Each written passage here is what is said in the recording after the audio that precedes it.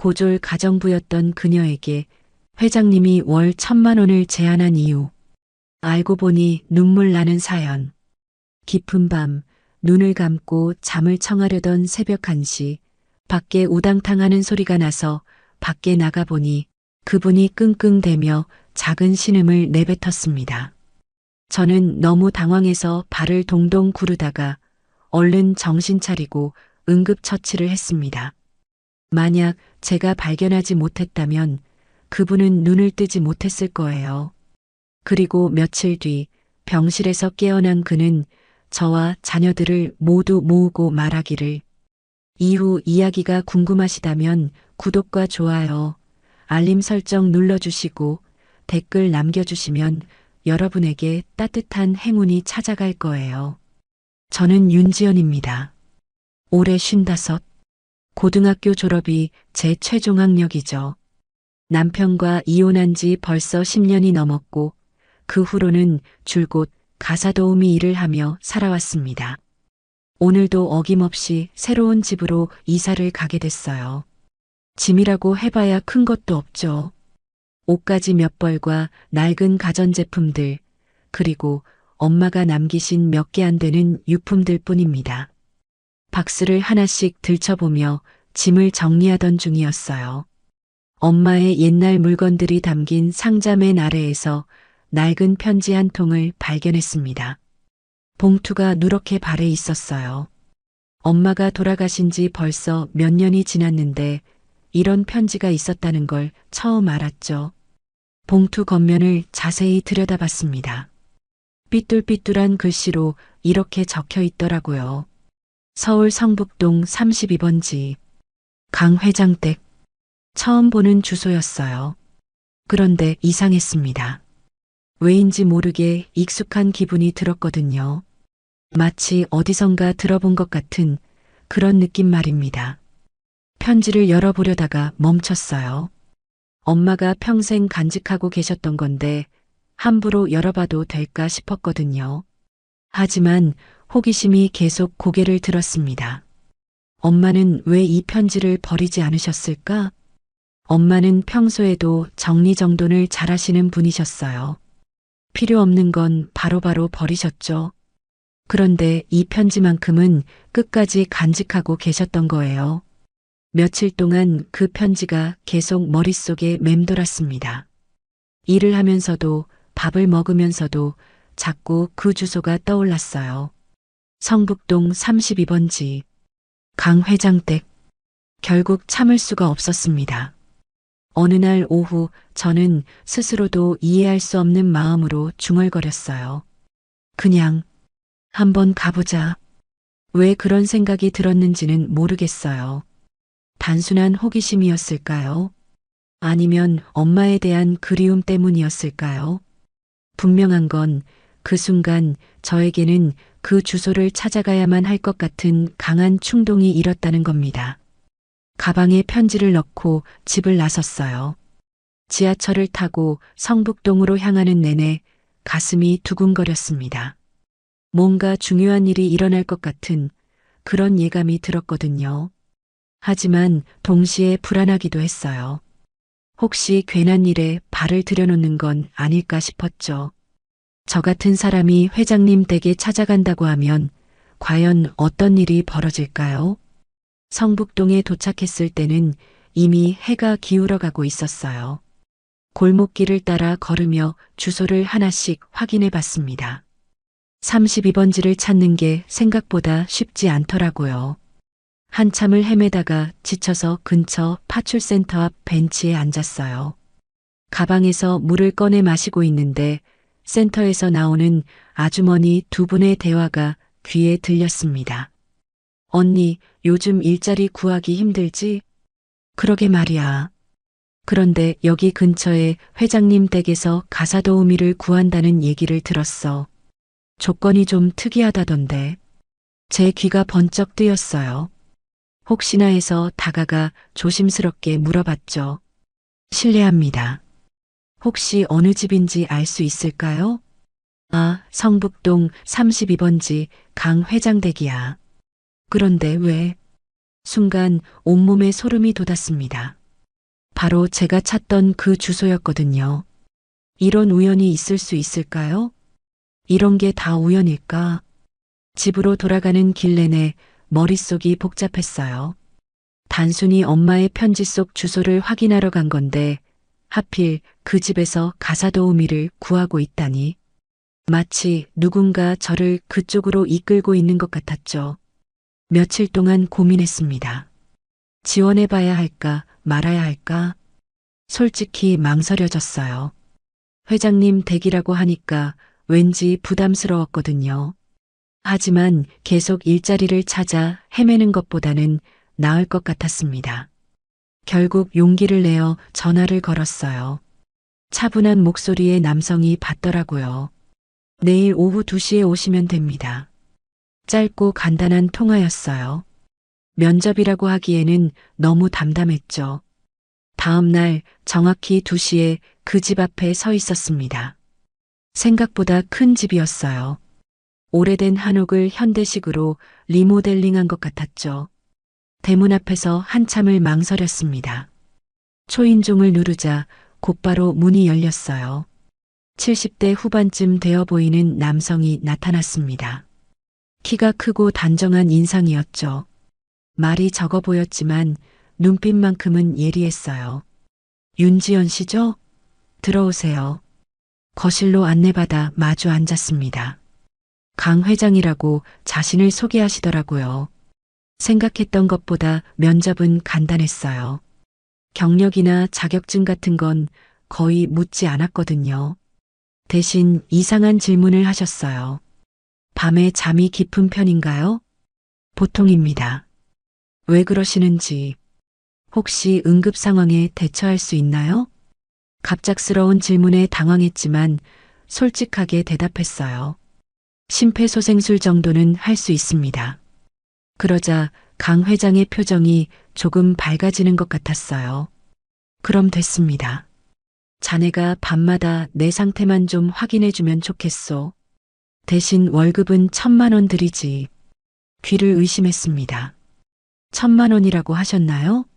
평소 받던 월급의 몇 배가 넘는 금액이었어요. 뭔가 잘못 들은 게 아닐까 싶어서 다시 물어봤죠. 죄송한데, 얼마라고 하셨나요? 1,000만 원입니다. 조건은 간단해요. 밤 10시부터 아침 6시까지 이 집에 머물면서 2시간마다 한 번씩 제 상태를 확인해 주시면 됩니다. 그렇게 저는 강 회장님 댁에서 일하게 되었어요. 처음 며칠은 생각보다 평온했습니다. 회장님은 항상 정중하셨고 저 역시 주어진 일을 묵묵히 해냈죠. 밤 10시가 되면 입주하고 2시간마다 회장님 방을 살짝 들여다보는 게 제 일이었어요. 숨소리를 확인하고 이상이 없는지 체크하는 거였죠. 처음엔 어색했지만 금세 익숙해졌습니다. 그런데 이상한 일들이 하나둘 생기기 시작했어요.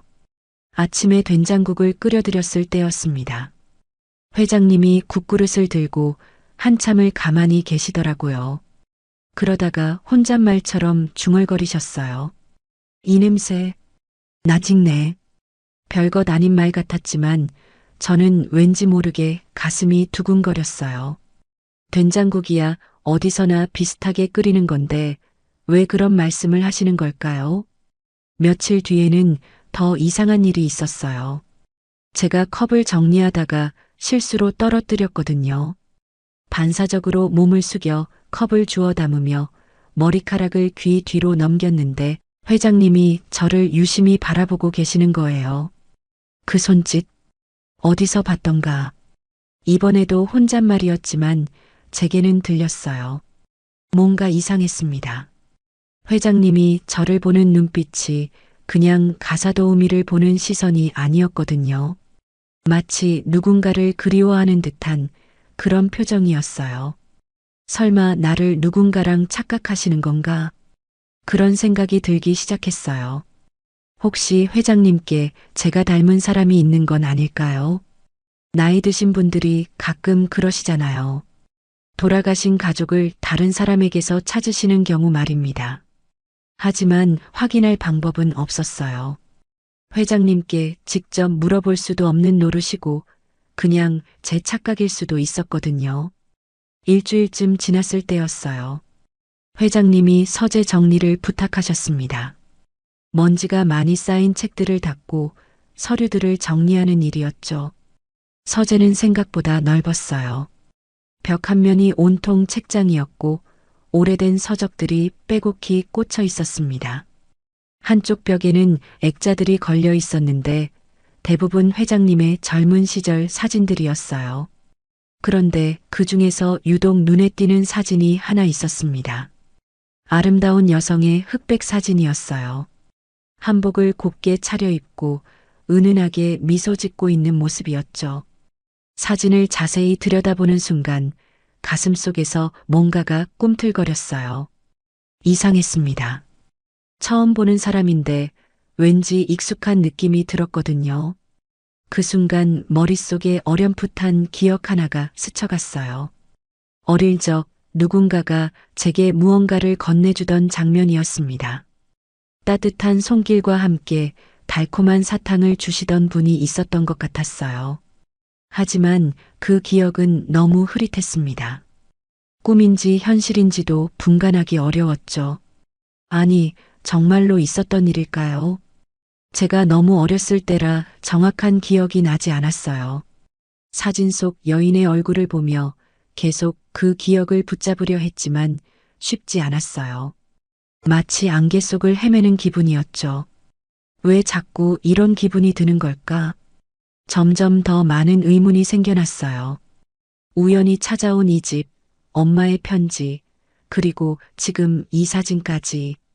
모든 게 연결되어 있는 것 같으면서도 확실하지 않았습니다. 그날 밤도 평소와 다르지 않게 시작됐어요.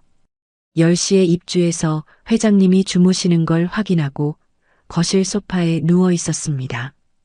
알람을 맞춰두고 2시간마다 한 번씩 확인하는 게 제 일과였죠. 새벽 3시쯤이었을까요? 평소보다 일찍 잠에서 깼어요. 뭔가 이상한 소리가 들린 것 같았거든요. 처음엔 그냥 꿈인 줄 알았습니다. 하지만 다시 들어보니 분명 소리가 있었어요. 낮고 작은 신음소리였습니다. 회장님 방 쪽에서 들려오는 것 같았죠. 혹시 불안한 마음에 슬리퍼를 신고 조용히 회장님 방으로 향했어요. 문을 살짝 열어보니 침대가 보였는데 뭔가 이상했습니다. 평소 같으면 회장님이 누워 계실 텐데 침대가 비어 있었거든요. 순간 심장이 쿵 내려앉았어요. 급하게 방문을 활짝 열고 들어갔습니다. 회장님이 침대 옆 바닥에 쓰러져 계셨어요. 얼굴이 새하얗게 질려 있었고 의식을 잃은 상태였습니다. 손으로 가슴 부근을 움켜쥐고 계셨죠. 머릿속이 하얘졌어요.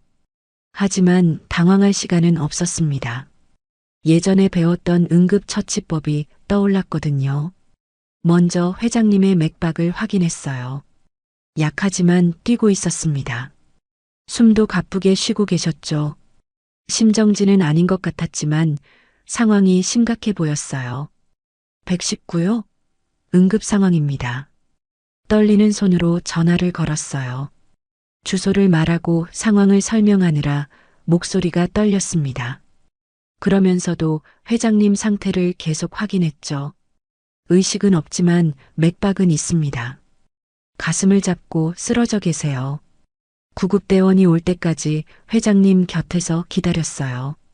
맥박을 재고 호흡을 확인하고 계속 말을 걸어드렸습니다. 회장님 괜찮으실 거예요. 곧 병원에 가실 수 있어요. 몇 분이 지났을까요? 갑자기 회장님의 맥박이 약해지는 게 느껴졌어요. 호흡도 불규칙해지고 있었죠. 안 돼. 그 순간 배웠던 심폐소생술이 떠올랐습니다. 주저할 시간이 없었어요. 회장님의 가슴에 두 손을 포개고 강하게 압박하기 시작했습니다.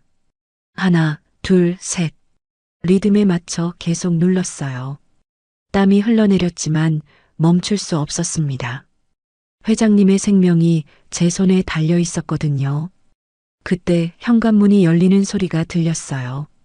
구급대원들이 도착한 거였습니다. 여기요. 급하게 소리쳤어요.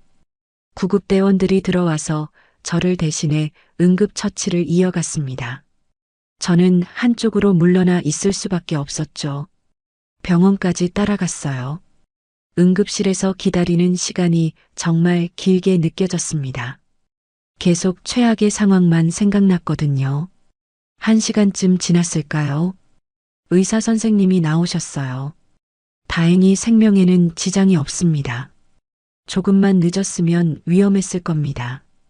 그 말을 듣는 순간 다리에 힘이 풀렸어요. 의자에 털썩 주저앉으며 안도의 한숨을 내쉬었습니다. 응급처치를 잘하셨네요. 덕분에 골든타임을 놓치지 않았어요. 의사 선생님의 칭찬이었지만 실감이 나지 않았어요. 그저 멍한 얼굴로 앉아 있을 뿐이었죠. 손을 내려다 봤어요. 아직도 회장님의 가슴을 누르던 그 감촉이 남아 있었습니다. 떨리는 손끝에서 생명의 무게가 느껴졌어요. 회장님이 중환자실에서 일반 병실로 옮겨진 건 이틀 뒤였어요. 그 사이 저는 계속 병원에 머물렀습니다. 제가 보호자로 등록되어 있었거든요. 사실 처음엔 이상했어요. 왜 저를 보호자로 하셨는지 모르겠더라고요. 분명 가족이 있으실 텐데 말입니다. 하지만 회장님이 의식을 잃은 상황에서 누군가는 있어야 했죠. 병원 직원들도 저를 회장님의 가족으로 여기는 것 같았어요. 물어보는 일도 없었고 자연스럽게 상황을 설명해 주셨죠. 저도 굳이 정정하지 않았습니다. 그런데 셋째 날 일이 벌어졌어요. 오후 2시쯤이었나요? 병실 문이 벌컥 열리더니 정장을 입은 남녀가 들어왔습니다. 40대 중반쯤 되어 보이는 분들이었어요. 표정이 심상치 않았죠. 아버지, 남자분이 회장님께 다가가며 소리쳤어요. 그제야 깨달았습니다. 회장님의 자녀분들이구나. 당신은 누구세요?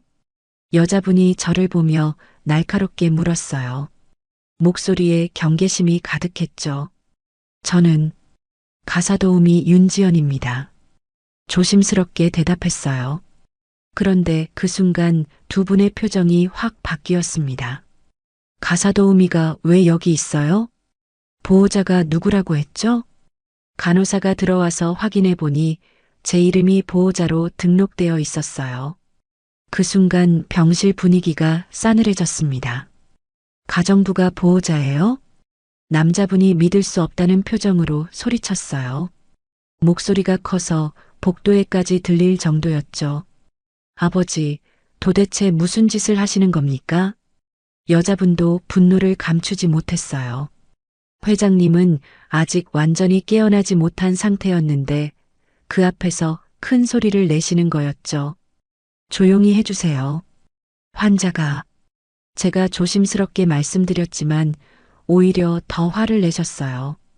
당신이 뭔데 우리한테 이래라 저래라 해요? 월급을 얼마나 받는다고 들었는데 정말인가요? 갑작스러운 질문에 당황했어요. 어떻게 아셨을까요? 월 1,000만 원이 말이 됩니까?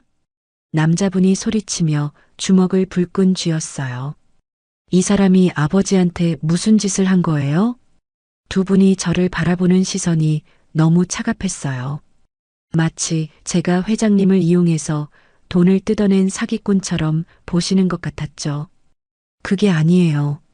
저는 정말 변명하려 했지만 말이 나오지 않았어요.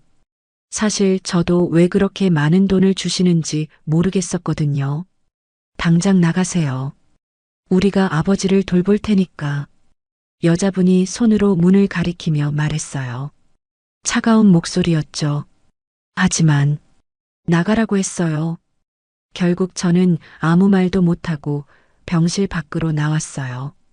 복도에 서서 그들의 목소리를 들어야 했죠. 아버지가 왜 이런 일을. 치매는 아니시잖아요. 도대체 무슨 생각으로. 가슴이 답답했어요. 제가 뭘 잘못한 걸까요? 그냥 주어진 일을 했을 뿐인데 왜 이런 취급을 받아야 하는 건지 이해할 수 없었습니다. 병원 로비에 내려가 벤치에 앉았어요. 사람들이 오가는 걸 멍하니 바라보고 있었죠. 이름만 다를 뿐 사람은 다 같은 건데 혼잣말이 나왔어요. 저도 누군가의 딸이고 누군가에게는 소중한 사람인데 왜 가사도우미라는 이유만으로 이런 대우를 받아야 하는 걸까요? 눈물이 날 것 같았지만 참았어요. 여기서 울면 안 될 것 같았거든요. 그저 조용히 앉아서 회장님이 괜찮아지시기만을 기다렸습니다. 사흘째 되는 날 저녁 간호사가 저를 찾아왔어요. 보호자분, 환자분이 깨어나셨어요. 찾으신다고 하네요. 가슴이 두근거렸습니다. 회장님이 의식을 되찾으셨다니 정말 다행이었어요. 하지만 동시에 걱정도 됐죠. 자녀분들이 저에 대해 뭔가 말씀하셨을 테니까요. 병실로 들어가니 회장님이 침대에 반쯤 기대어 앉아 계셨어요. 얼굴에 생기가 돌아온 것 같았습니다. 지연 씨, 고마웠소. 첫마디가 고맙다는 인사였어요. 예상과 달리 따뜻한 목소리였죠. 괜찮으시다니 다행입니다. 안도의 한숨을 내쉬며 대답했어요. 정말 걱정 많이 했거든요. 자네 덕분에 살았소. 의사가 그러던데 조금만 늦었어도 위험했다고. 회장님의 눈빛이 진심으로 고마워하고 계신다는 걸 보여줬어요. 당연한 일을 했을 뿐입니다. 그런데 회장님이 갑자기 진지한 표정이 되셨어요. 뭔가 중요한 말씀을 하려는 것 같았죠.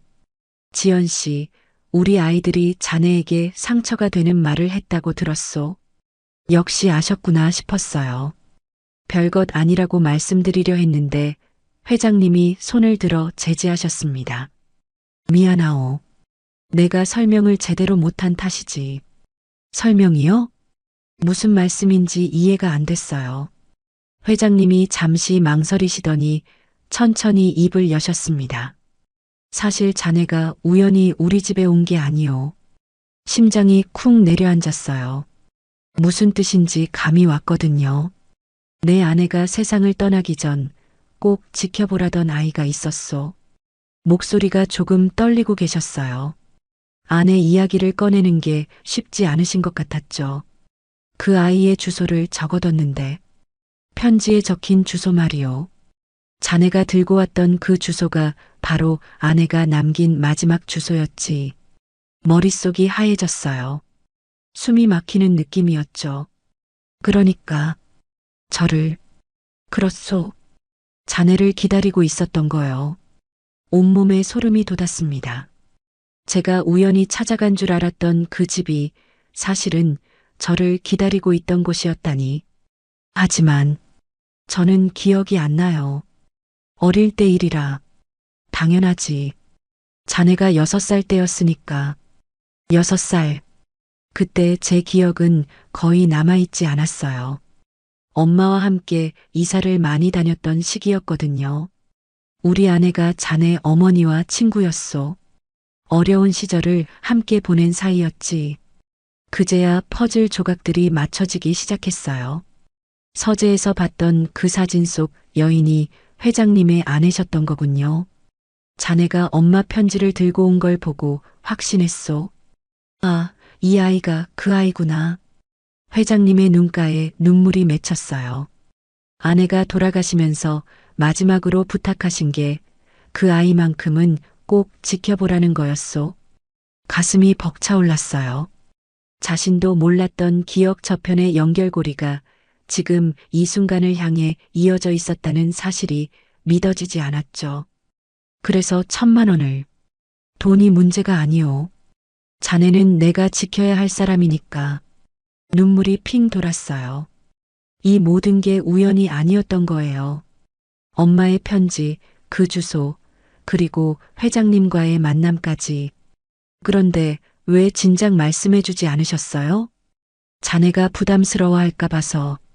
그냥 자연스럽게. 그게 좋을 것 같았거든.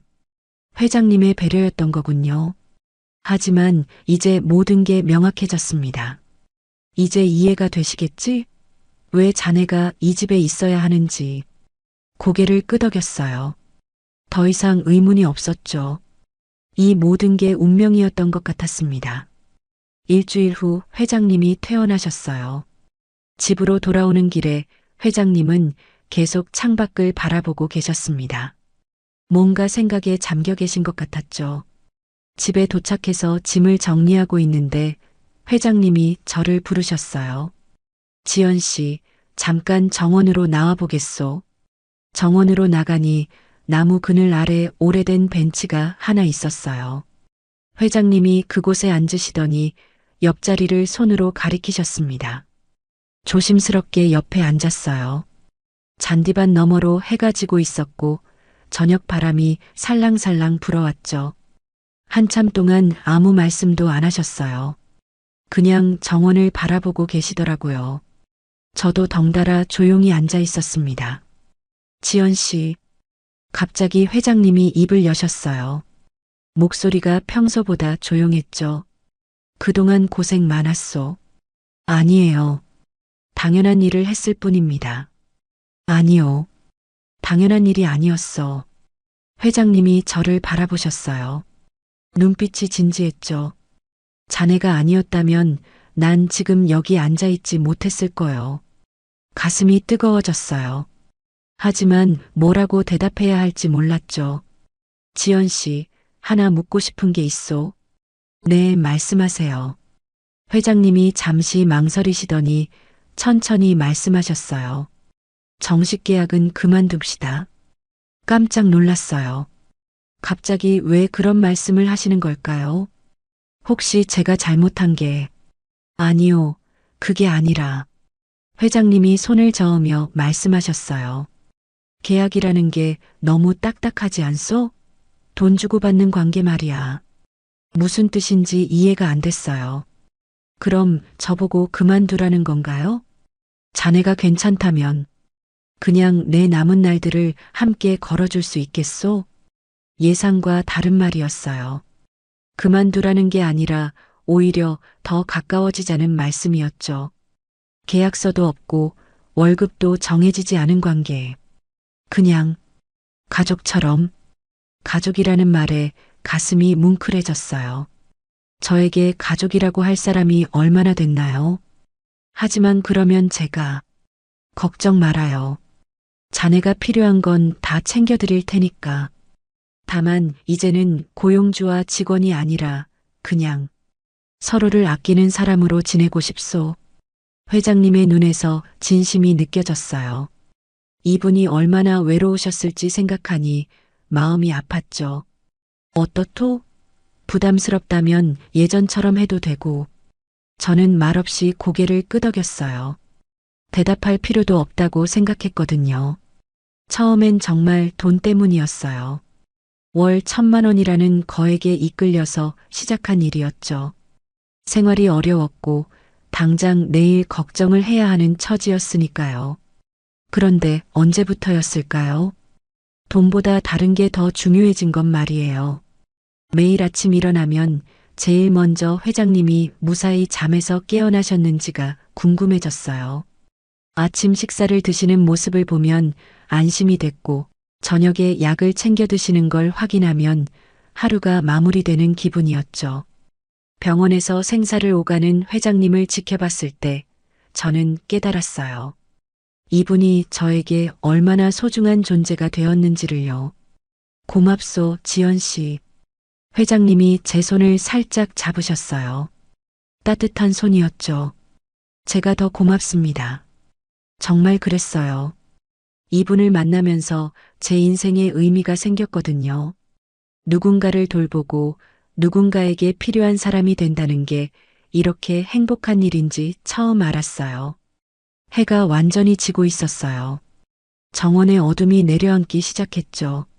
하지만 마음만큼은 따뜻했습니다. 그렇게 계약 없는 관계가 시작된 지 벌써 반년이 지났어요. 주변 사람들은 자꾸 물어봅니다. 두 분은 무슨 사이세요? 마트에서 장을 볼 때도, 병원에 검진을 받으러 갈 때도, 동네를 산책할 때도 사람들의 시선이 느껴져요. 호기심 어린 눈빛으로 저희를 바라보죠. 가족인가요? 아니면 저는 대답하지 않아요. 뭐라고 설명해야 할지 모르겠거든요. 딸도 아니고 며느리도 아니고 그렇다고 단순한 가사도우미도 아니고 이름을 붙이기 어려운 관계예요. 하지만 그게 중요한가 싶어요. 매일 아침 6시에 일어나서 회장님 방문을 살짝 열어봅니다. 규칙적인 숨소리가 들리면 안심이 돼요. 그리고 조용히 부엌으로 가서 죽을 끓이죠. 회장님은 아침에 죽을 좋아하세요. 소화도 잘 되고 속도 편하다고 하시거든요. 처음엔 레시피를 몰라서 어설펐는데 이제는 회장님 입맛에 딱 맞게 끓일 수 있어요. 오늘 죽이 특히 맛있네. 회장님이 만족스러운 표정으로 말씀하실 때가 가장 뿌듯해요. 작은 일이지만 누군가를 기쁘게 해드린다는 게 이렇게 좋은 일인지 몰랐거든요. 낮에는 함께 정원을 가꿔요. 회장님이 꽃을 좋아하셔서 화단에 여러 종류를 심었죠. 장미, 국화, 백일홍. 계절마다 다른 꽃들이 피어나는 걸 보면 마음이 평화로워져요. 지연 씨 손이 참 좋네. 꽃들이 예전보다 훨씬 잘 자라는 것 같아. 사실 저는 꽃에 대해 아는 게 별로 없어요. 그냥 회장님이 알려주시는 대로 물을 주고 잡초를 뽑고 그런 일들을 할 뿐이죠. 저녁이 되면 함께 뉴스를 봐요. 회장님은 세상 돌아가는 이야기를 좋아하세요. 가끔 저에게 의견을 물어보시기도 하죠. 요즘 젊은 사람들은 어떻게 생각하는지 궁금해서 저 같은 사람의 생각이 궁금하시다니 처음엔 놀랐어요. 하지만 이제는 자연스럽게 제 생각을 말씀드려요. 밤 10시가 되면 회장님은 주무시러 들어가세요. 저는 거실에서 책을 읽거나 뜨개질을 하며 시간을 보내죠. 그리고 2시간마다 한 번씩 방문을 살짝 열어서 확인해요. 숨소리, 맥박, 얼굴 색깔. 작은 변화도 놓치지 않으려고 해요. 그날 밤처럼 응급 상황이 또 생길 수도 있으니까요. 가끔 회장님이 잠꼬대를 하실 때가 있어요. 아내 이름을 부르시거나 옛날 이야기를 중얼거리시죠. 그럴 때면 살짝 이불을 덮어드리고 나와요. 사람들은 이해하지 못할 거예요. 왜 계약도 없이 정해진 월급도 없이 이런 일을 하느냐고 물을 테죠. 설명하기 어려워요. 의무감 때문도 아니고 그렇다고 특별한 이유가 있는 것도 아니에요. 그냥 이게 제 자리 같다는 생각이 들어요. 회장님도 마찬가지인 것 같아요. 제가 없으면 불안해하세요. 잠깐 마트에 다녀온다고 해도 언제 돌아오는지 물어보시죠. 너무 늦지 말고 와요. 걱정하시는 목소리예요. 마치 가족을 걱정하는 것처럼. 이름이 붙지 않은 관계. 하지만 확실한 건 서로가 서로의 숨을 지켜주는 사이라는 거예요.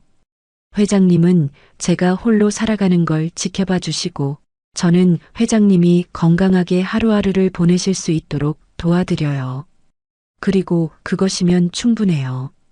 더 이상 다른 이름은 필요하지 않죠.